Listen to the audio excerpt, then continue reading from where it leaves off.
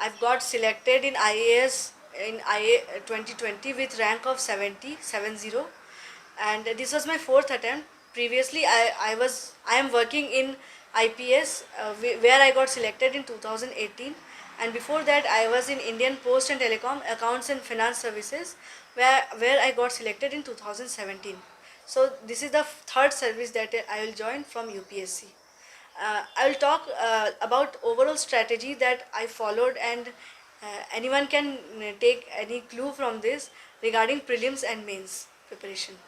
So for prelims is first of all it's an exam of elimination. Here one needs to just clear the cutoff. There is no extra points, any bonus for getting a good marks in prelims. One needs to just clear the cutoff. But to prepare well for mains exam, because prelims result does not come just after the prelims exam. It takes at least a month for the result to come. So just to be sure that one is clearing prelims with a comfortable range of cutoff, one need to score at least 5 to 10 marks above the cutoff, so that preparation for mains can go on without any tension. And prelims has become nowadays quite unpredictable and a bit random also, because they are just 100 questions and lakhs of people are tested on those 100 questions only. So I'm talking about gs part of prelims. The other part, that is CSAT, that is aptitude part, that consists of maths and English part, and I did not prepare that for much because I was already an MBA graduate and an engineer, so I did not focus on CSAT part. The first part, that is general studies part, was my major concern. So for prelims preparation, I divided the total study into three different areas. One is static, second is current affairs, and the third is mock test and previous year papers. So one need to be thorough with static and current affairs before attempting any mock paper. So static is the base, it's the foundation. Static book list one can find from any popular website like Vision, Insights, IS Baba, any website. They give all the list of books what one need to follow for history, geography, polity, environment, economy, anything. So I took up one of such list and saw what all books they are recommending for history, for geography, and I purchased those books. Along with that, I also followed NCRT for, especially for geography, history, and economics, especially NCRT of class 11th and 12th. So these basic static book I kept on revising again and again, and because I was studying from my home itself without any coaching, without any idea of how these subjects are, because I am a science student, always not into arts subject, I found little bit difficulty in starting up the preparation. So I took the help of YouTube.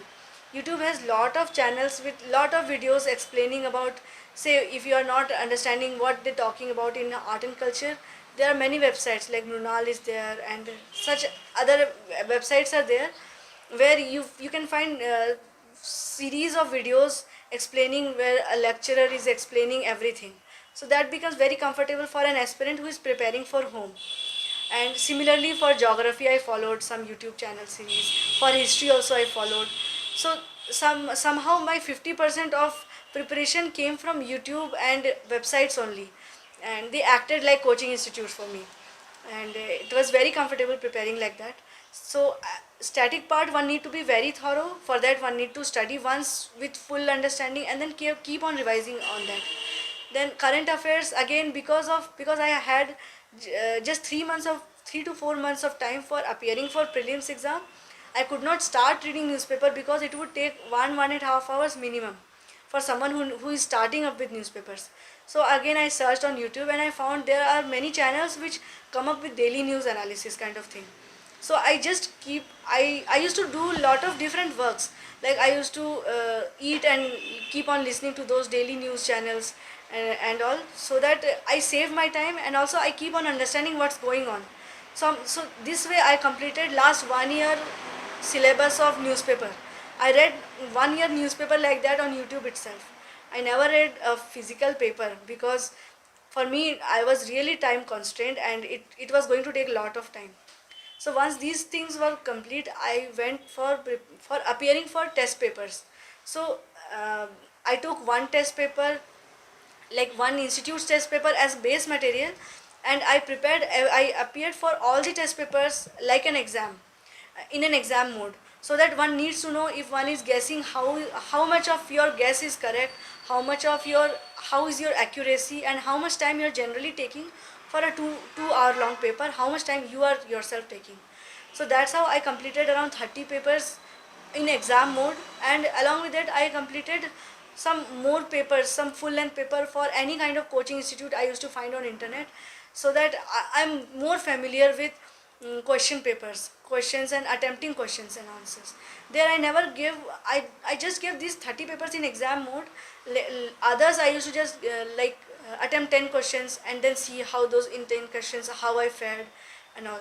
But I would say that test papers are the most important part of prelims preparation, because that's what give you a feel of real exam.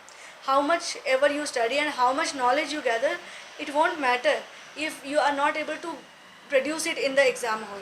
So test papers give you the practice for that. So in all, I like in exam mode and in non-exam mode, I completed around 50 papers. So I was very confident before going for prelims. So I would advise all the aspirants that go for test papers. And because preparation wise, current affairs and static preparation, you will never feel 100% confident that you know everything. Once you feel reasonably confident, just start appearing for mock test, because then you will be tested actually. uh, that's This is for prelims exam. For mains exam, it's like 3/4 of prelim subject is actually 3/4 of mains syllabus is actually prelim syllabus itself. And for that, approach just needs to differ. For example, if one reads about any scheme in terms of prelims, one would read about its facts and figures and what are its provisions. But for the mains exam, the same scheme would be read about why and how. It becomes more analytical. Why the scheme was launched, what were the committee recommendations, were they followed, what are the flaws that experts are talking about in the scheme, what can be the better way to implement such schemes. And also in mains preparation, the attitude towards writing exam changes. It changes from making it more factual to making it more analytical. That's what is actually general studies preparation is all about. The static portion that one reads for prelims is the base material for mains also. Plus there are few little bit extra materials, like for world history one need to study in mains. And also for not just world history, there are some committee recommendations like ARC recommendations, and some committee recommendations which come up for say for any committee recommendation for any schemes that comes up, that keeps on appearing in newspaper, one needs to study, which we do not study for prelims, because that's only important from mains and interview point of view. So this approach is required in mains.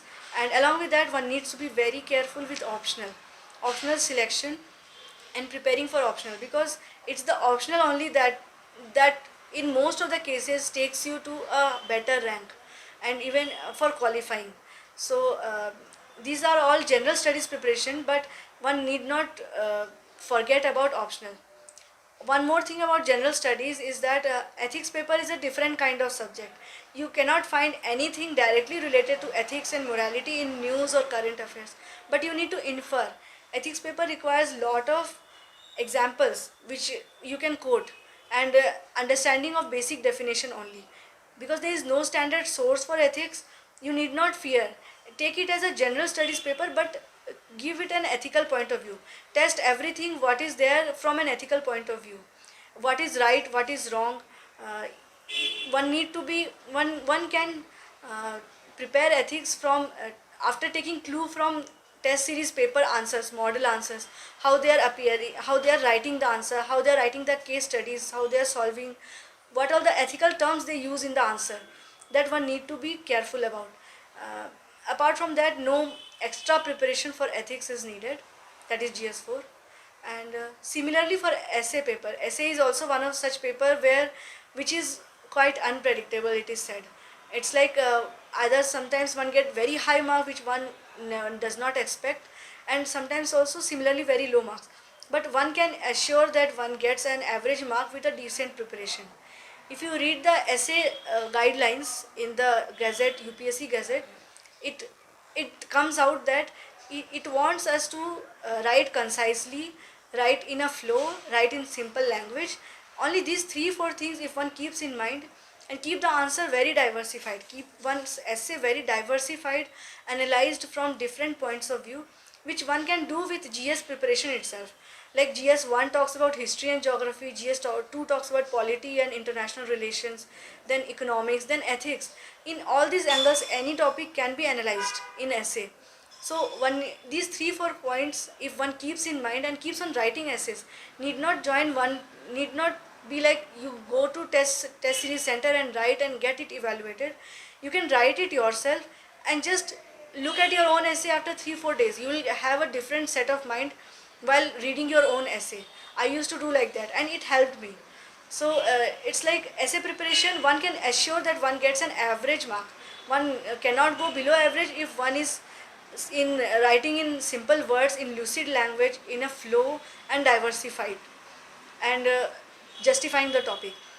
It's not necessary that one need to cover up it with all the quotes and facts and figures, but yeah, this thing helps. But even if it is not there, it does not mean that one's essay becomes something which won't fetch you mark. It's not like that. So this is all about mains preparation. Thank you everyone, and I hope that you could take at least a bit of clue from this preparation strategy, and all the best for your preparation. Thank you.